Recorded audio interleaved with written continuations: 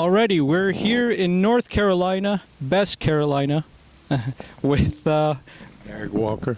Derek. Derek Walker. And how old are you? 49. Do you know where we are? Yeah, Burlington, North Carolina.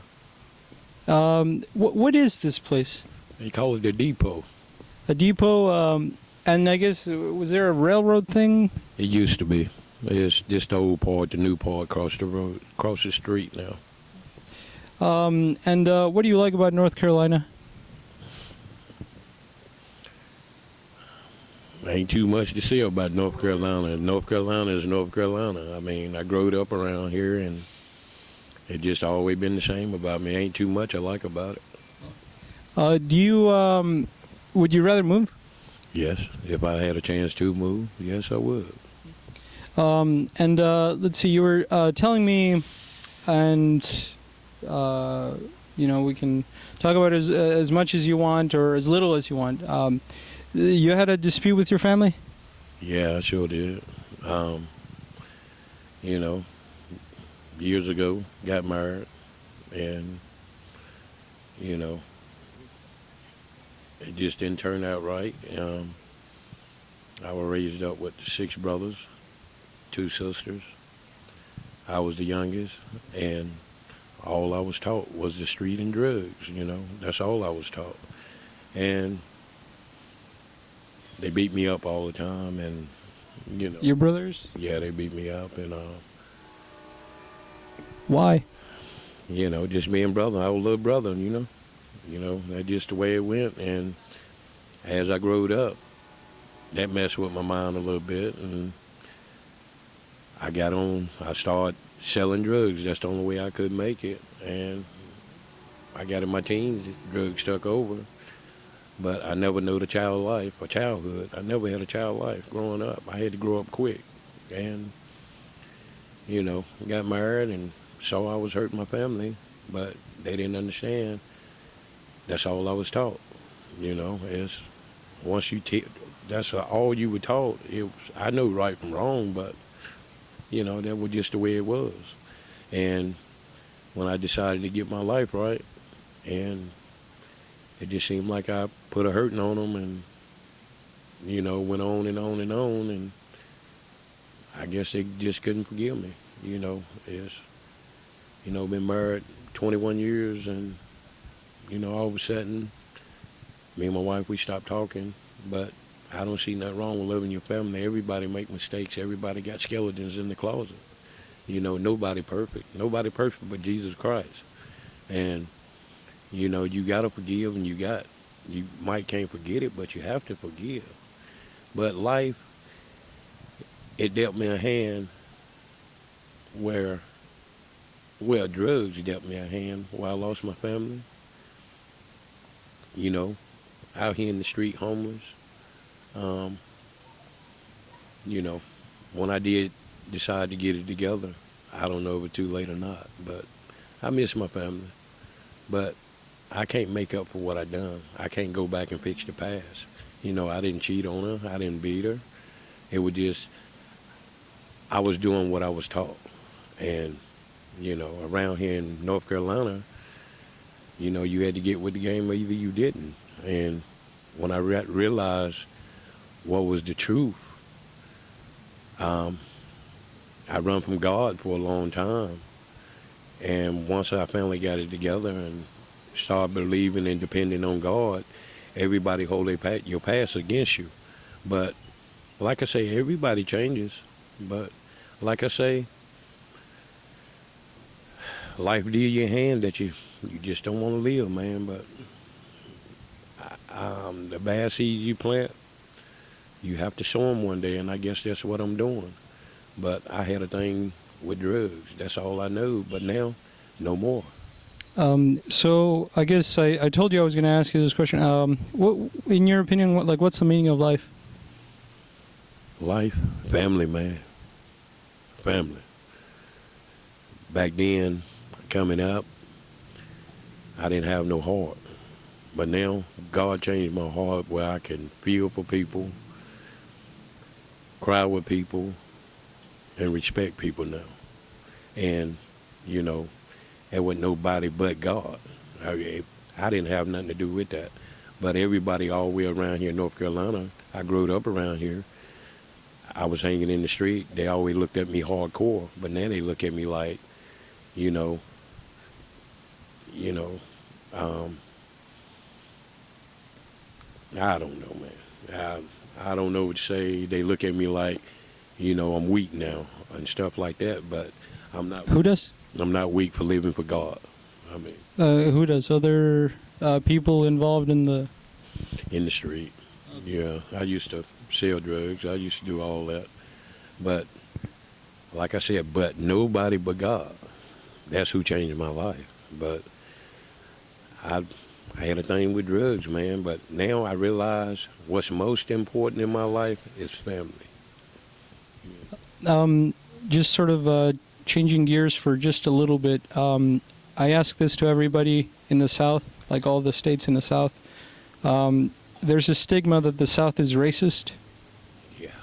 Yeah, well, that's on black or white side. You got some black people don't like whites. Some whites don't like blacks. But, the way I feel about it, we all God's children. We all bleed the same. And we all got to live in this world together. But if you want to hate me because the color I am, you go right ahead. Because to me, that's ignorant. And like I say, you down and knock nobody for what race, what color, what creed, what they is, man. What do you think of like when you see a Confederate flag? Well, do you mind it? It don't bother me. Long as they stand in their place and do what they're supposed to. I mean, what about like the civil rights or Civil War reenactments? I don't know too much to say about that, but it is what it is. They done it for a reason. That's all I know about that, man. What are your hobbies? I work on cars. I lift weights sometimes. Do you have access to do that now that you're homeless? No, I sure don't. I'm just, out here trying to live from one day to the next and make it through another day journey. It's just the first time I ever been homeless. I used to look down on homeless people like wasn't nothing wrong with them. But hey, man, you never know until you be there. I couldn't help but notice like your clothing. It looks really clean. Oh yeah, that comes from where you have to take pride in yourself. So you have wash your clothes. Did you wash it or? Yeah, I go to the washer mat and I wash them, but I'm still living in bandit houses and everything else. I work. My family got me a job working 3 days out of a week. Oh, you currently have a job? Yeah. What do you do? I just right now I cook. That's about it. So you got a job, and you still your work. They don't know that you're homeless. No, they sure don't. It's where did you sleep last night? Well, I slept in an old abandoned house last night, but what's that called? Or what is that abandoned? Abandoned house mean that nobody stays there. It's run down. Squatting. Yeah. It's like I say, I'm trying to get on my feet, and nobody but God can do that for me. And a lot of health problems I'm going through, and mine mess with me because of my family. But you said the family dispute was because of something that happened 22 years ago. 21 years ago, and then on up through the years, they went to making me feel like I wasn't nothing, because I had a thing, what I was taught, what I was taught. Most people have to go get help, but I cut mine completely off.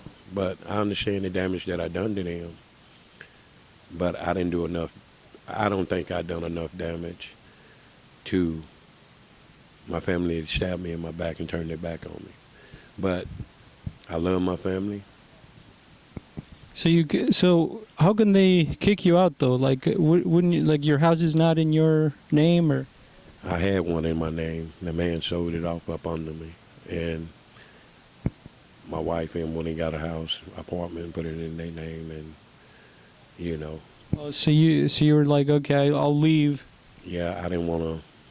I could have got the police and went back, but I didn't want to put my kids through that. How old are you kids? I got one 22 and 21, 16, and 11, and all of us was getting along, but I want them to stick by mama, you know. I always stick by mama, but the 22-year-old, 21-year-old, I'm still their father. They shouldn't talk to me any kind of way they want to, because I gave my life up for them. So you were a part of their life up until recently when they kicked you out. Yes, I sure was, and I deal with it. Went to a mental institution ward, and you know, my mind was playing tricks on me, and I went to hallucinating. I went to seeing stuff. They gave me medicine. It was too strong, but I'm sorry, is that because of schizophrenia, or is that because of withdrawal, or? no, it wasn't withdrawal or nothing like that. It wasn't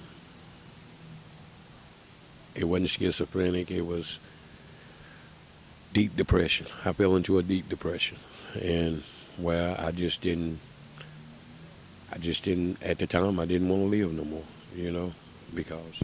Yeah, I'm sorry, yeah. Sorry, I interrupted you. Go ahead. I was just going to ask you, what was the catalyst of the depression? What you mean? What caused it? If you don't want to, okay, that's fine. I see it. It is. What caused it, it was when I changed my life around and God changed my heart. And then I knew what was important in my life. I wanted to spend time with my family. But I guess the wrong that I have done, they didn't want to spend time with me. So they sort of gave you the cold shoulder, and that's when you got into a depression? Yes, I fell into a deep depression. And you said you went to mental institutions, or you did not? I went to a place they call Ovenia in Winston-Salem. I stayed there for a while. And, you know, I just cried every day, you know. It's, right now I'm taking it a whole lot better now than I was. But like I say, you can't change the past. You can't change what you want to. You can't tell nobody something not unless you done been through something, and I done been through it. But I'm a changed person. I'm changed all the way around. I don't hang in the places I used to. I don't do the things I used to no more. But as long as I got God, I got everything. But are you hooked on something still, though? Like, because heroin is a hell of a drug to kick. Oh, no, never done heroin or nothing like that. Oh, well, that's good. I had got hooked on crack cocaine, you know, and like I say, I've been clean for a long time, you know. I know what's important. My life is important. It ain't no white thing, it ain't no black thing, it's a deaf thing.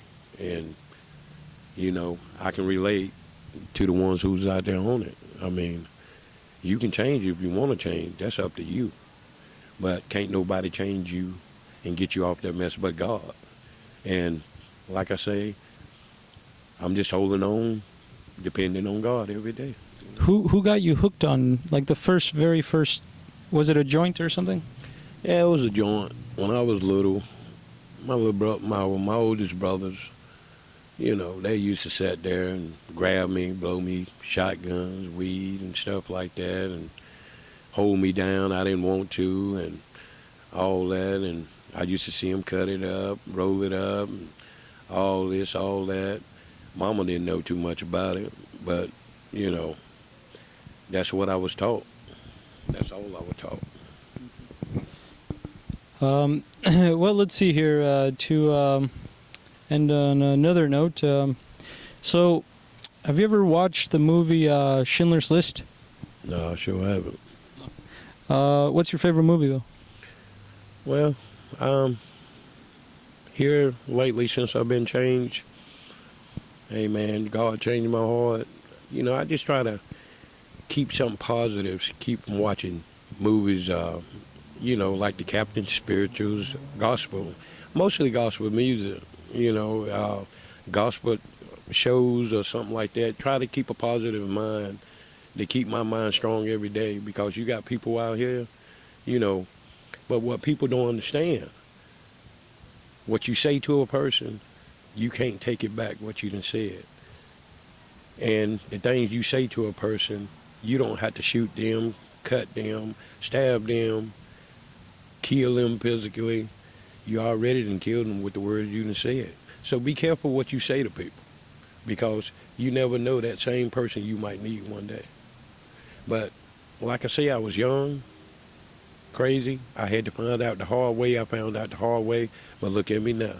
I done lost the most important thing to me, and that's my wife. And, it just, I did it. I have to deal with it.